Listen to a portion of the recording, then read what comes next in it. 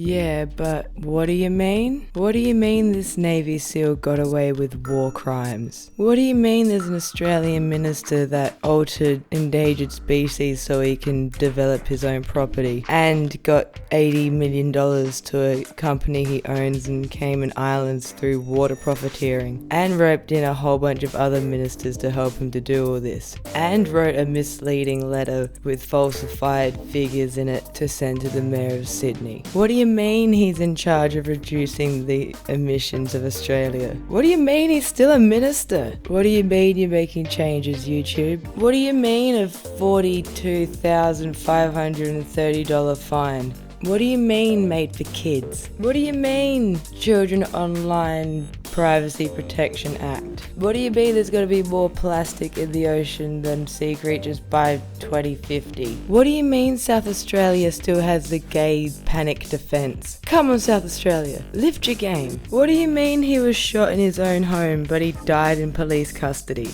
What do you mean there's like almost one death a week of Indigenous people in prison or police custody? What do you mean they make 40% of the deaths in prison and police custody when they're only 3% of the Australian population? Now is not the time to be talking about climate change. Now is the time to be putting out fires.